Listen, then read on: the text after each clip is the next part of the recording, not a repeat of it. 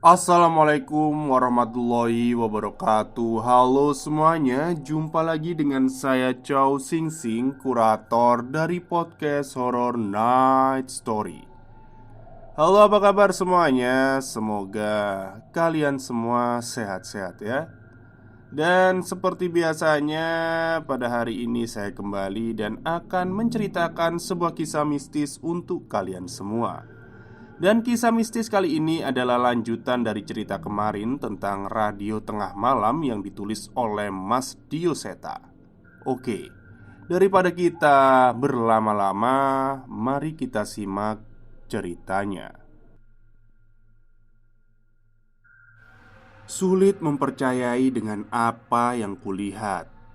Kedua temanku terkapar tidak berdaya setelah berurusan dengan makhluk halus yang selama ini hanya muncul di cerita yang kubacakan saja. Dan sekarang, di hadapanku ada seseorang memimpin sekumpulan makhluk halus itu yang mengaku sebagai Nandar. Seseorang yang setia mengirimkan cerita-cerita seramnya untuk radio tengah malam.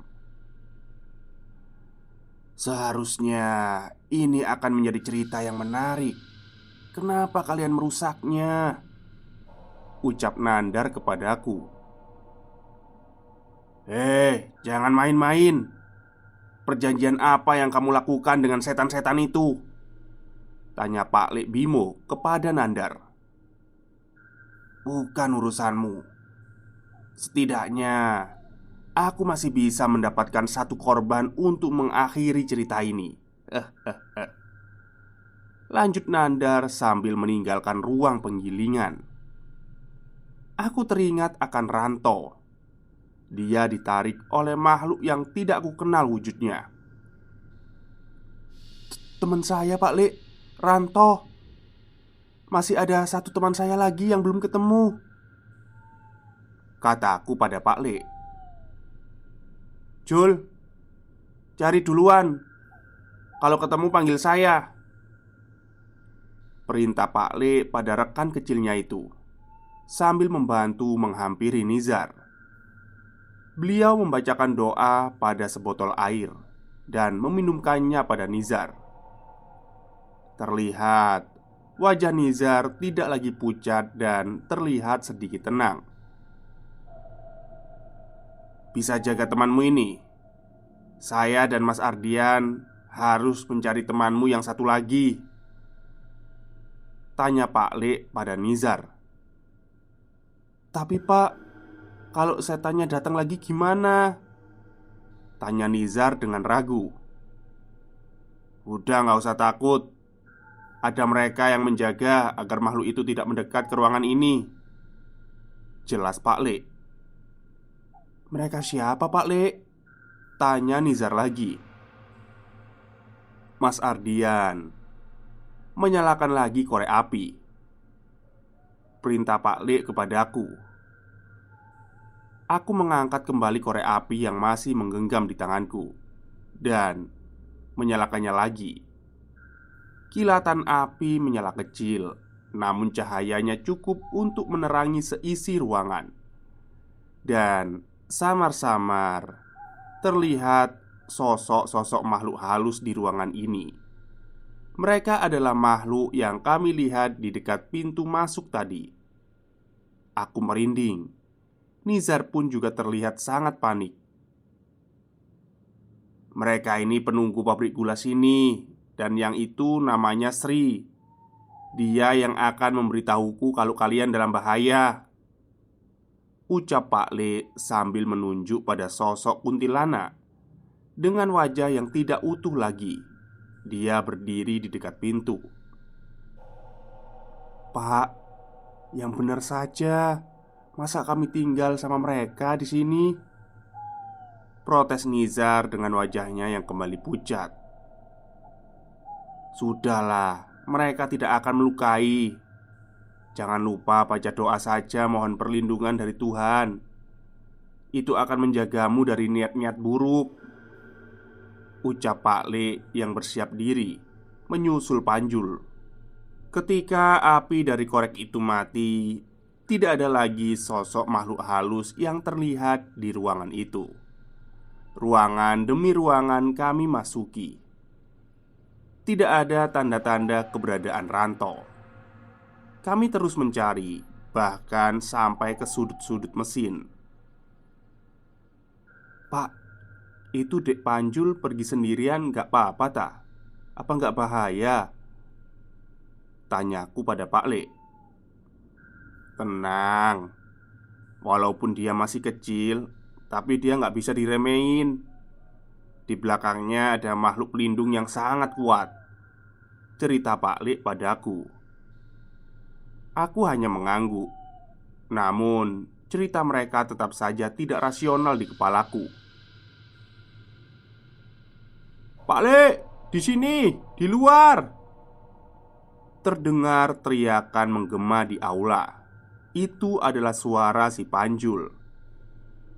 Kami segera berlari ke arah pintu menghampiri bocah itu.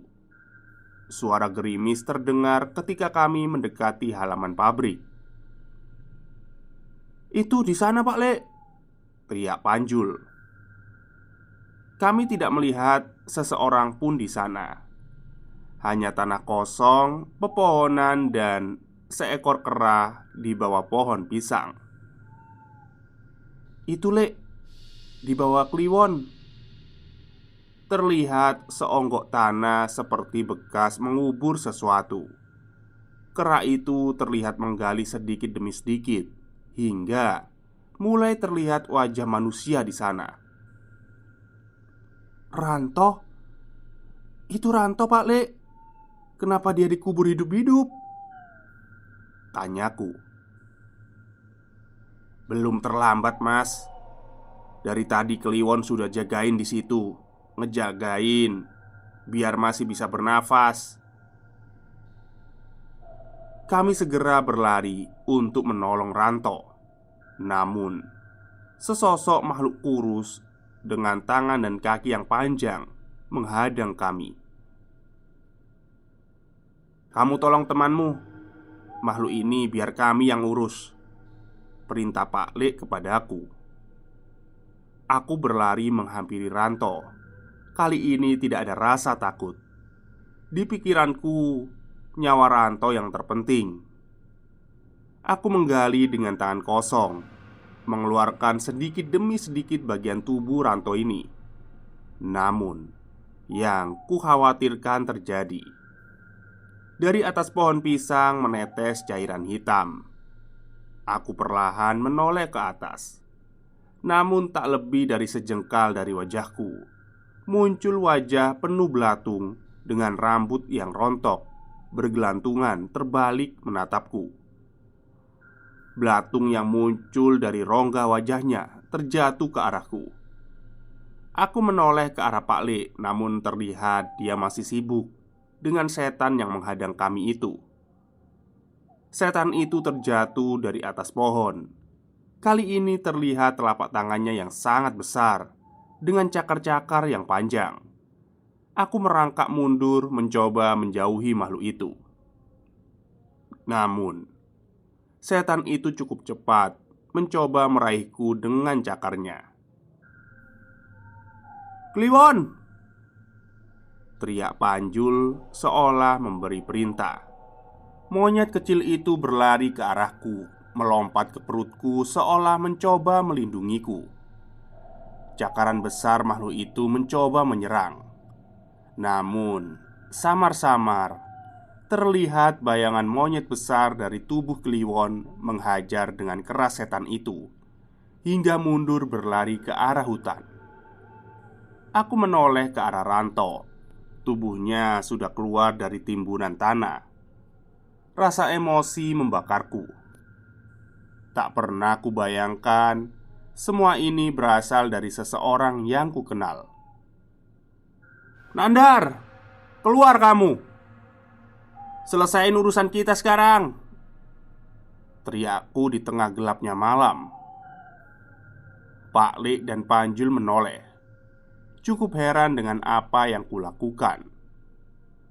Sesosok manusia keluar dari dalam hutan. Terlihat dia menyaksikan semua yang terjadi dari dalam sana. Ardian, kamu ingat cerita ritual pemanggil setan di Gunung Lawu yang kamu ceritakan? Ucap Nandar. Ini hasilnya. Sekumpulan makhluk halus berkumpul di sekitar Nandar. Kamu gila. Berapa banyak tumbal yang kamu habisi? Tanya Pak Le. Banyak, terlalu banyak. Semua nama yang mati sudah kukirimkan kepadamu, ucap Nandar memandangku. Aku mencoba mengingat semua cerita yang dikirimkan oleh Nandar. Hampir semua tokoh utama di ceritanya mati mengenaskan. Mungkin itu yang dimaksud. Sudah, cukup hentikan semua ini, ucapku pada Nandar. Tidak bisa. Harus ada bayaran atas semua ini, yaitu nyawa kalian, ucapnya. Pak Lik Bimo menghampiriku. Terlihat Kliwon dan Panjul berada di sampingnya. Tidak, tidak ada dari kami yang akan jadi korban ilmumu, ucapnya sambil mulai membacakan doa. Terlihat wajah putus asa di wajah Nandar. Dia tahu makhluk-makhluk pengikutnya tidak akan bisa mengalahkan kemampuan kedua orang hebat ini. Wajah Nandar terlihat mulai pucat. Air mata mulai menetes di matanya. Baiklah, kalau bukan kalian tumbalnya, berarti sekarang giliranku, ucapnya dengan isak tangis. Aku tidak mengerti dengan apa yang dimaksudkan. Namun aku melihat Pak Lik berlari ke arahnya. Namun belum sempat meraihnya, puluhan makhluk halus tadi menyerang kami dan mengerubungi Nandar. Menarik kedua tangannya dan mencabik-cabik tubuhnya. Ardian, kamu akan ceritakan ini di radiomu kan? Ucapnya lagi, memaksa berbicara. Terlihat makhluk hitam yang tadi merasuki tubuh Didi meraih wajah Nandar, mengeluarkan kedua mata Nandar dari wajahnya. Terdengar teriakan putus asa yang menghilang bersama dengan tubuhnya yang berserakan. Aku merenung. Apakah semua ini karena perbuatanku? Mas, udah gak usah dipikirin. Itu salahnya sendiri, ucap Panjul kepadaku. Malam ini terasa sangat panjang. Kami menghampiri Nizar dan Didi dan membawanya ke kampung. Di pagi hari, warga kampung berkumpul menghampiri kami. Tak sedikit yang memarahi kami atas perbuatan itu. 3 hari berlalu, Didi Nizar Ranto sudah hampir pulih dari luka-lukanya. Dika datang menjemput kami dan meminta maaf atas kesalahpahaman di siaran radio. Aku tak mempermasalahkannya, jelas itu bukan salahnya. Pak Lik, terima kasih ya atas bantuannya. Saya berhutang banyak sama Pak Lik. Sama kamu juga, Dek, ucapku pada Pak Lik dan Panjul. Benar mas, warga desa juga sudah baik mau bantu ngobatin kami, tambah Nizar. Pak Lik tersenyum dan terlihat Panjul mengambil sesuatu dari dalam rumah.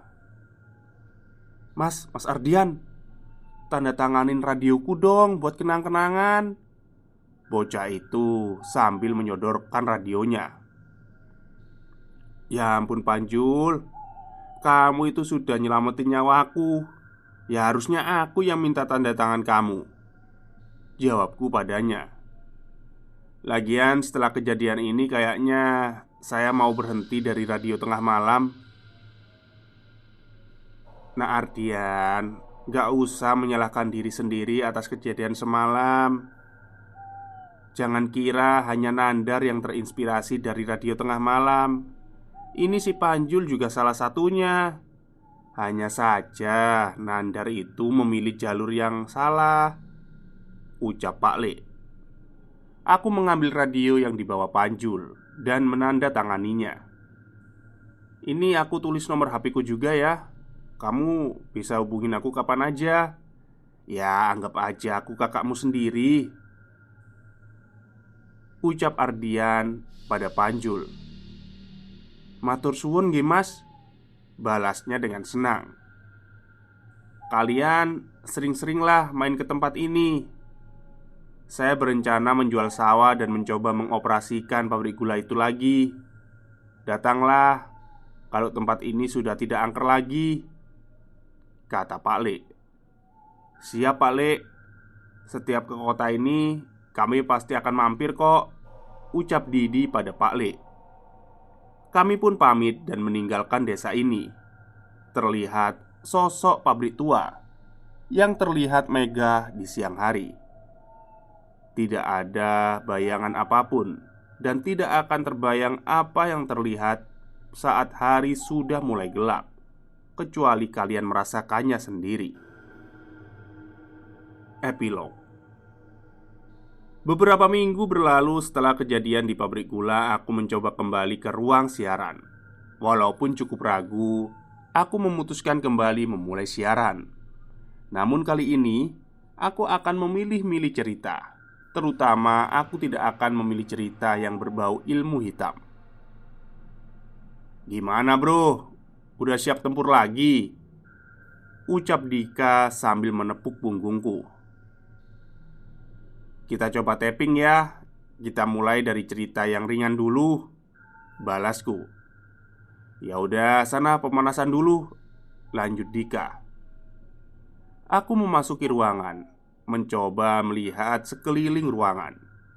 Nampaknya aku memang rindu dengan ruangan ini. Aku menyetel posisi mic dan menyiapkan naskahku. Namun sebelum dimulai, mendadak lampu ruangan mati, disusul dengan komputer di hadapanku. Dika, lampunya mati," teriakku pada Dika. Bentar, gue cek dulu," teriaknya dari luar. Aku mencoba merogoh tasku, mencari handphone dan apapun yang bisa membantu menerangi ruangan ini. Namun saat siaran, handphone selalu kutinggalkan di luar karena mengganggu frekuensi suara. Yang kutemukan adalah sebuah korek tua yang dulu dipinjamkan oleh Pak Lek Bimo saat di pabrik gula. Aku sedikit ragu untuk menyalakannya. Namun, suasana gelap sudah berhasil membuatku cukup gelisah. Percikan api muncul dari pemantik yang kuputar. Apinya pun menyala. Cahaya mulai menerangi ruangan ini. Kuharap ini cukup untuk menghilangkan rasa gelisahku akan gelap. Tapi ternyata sebaliknya. Sesosok wanita dengan kepala yang hampir terputus menempel di belakang monitorku. Merasa sadar akan reaksiku, dia menghampiriku dan menjatuhkan kepalanya di atas mejaku. Aku terjatuh dari kursi. Namun, tak berhenti sampai di situ. Dari bawah meja muncul makhluk kerdil dengan wajah yang sudah rusak, bergelantungan di kakiku. Sontak aku mundur dan menjauhinya. Namun punggungku menyentuh sesuatu. Aku menoleh ke belakang. Kain kafan lusuh yang penuh dengan tanah berada di hadapan wajahku. Ternyata sesosok pocong selama ini berdiri di belakang tempatku duduk. Korek api terus menyala. Aku mencoba meniupnya namun gagal. Terlihat seseorang dari kaca ruangan. Aku berlari menghampirinya. Dika, bukain pintunya, Dik," teriakku. Namun, yang terlihat dari kaca bukanlah Dika. Sesosok manusia dengan wajah yang sudah tidak utuh. Matanya tidak lagi ada di tempatnya. Aku kenal wajah itu. Itu adalah Nandar. "Ardian, kamu bisa melihatku?" tanya makhluk itu sambil berjalan ke arahku. "Hah, enggak, pergi, pergi kamu!" Aku mengusirnya. "Ceritakan, Ardian, ceritakan kisah-kisahmu. Kami akan selalu berkumpul di dekatmu setiap kamu membacakan cerita tentang kami," ucap makhluk itu menyerupai Nandar. Benar saja, aku mengangkat korek api itu, melihat sekeliling dan sekumpulan makhluk halus berkumpul di ruangan ini menantikan ceritaku selesai. Oke, saya agak merinding ya di bagian paragraf terakhir. Apakah di studio saya ada makhluk semacam itu? Tapi ya, semoga saja tidak ada ya. Tapi kadang-kadang merinding juga sih kalau sedang bacain cerita, fokus-fokusnya gitu ya. Tapi ya, semoga tidak ada apa-apa ya. Baik, mungkin itu saja cerita untuk hari ini. Semoga kalian semua suka. Wassalamualaikum warahmatullahi wabarakatuh.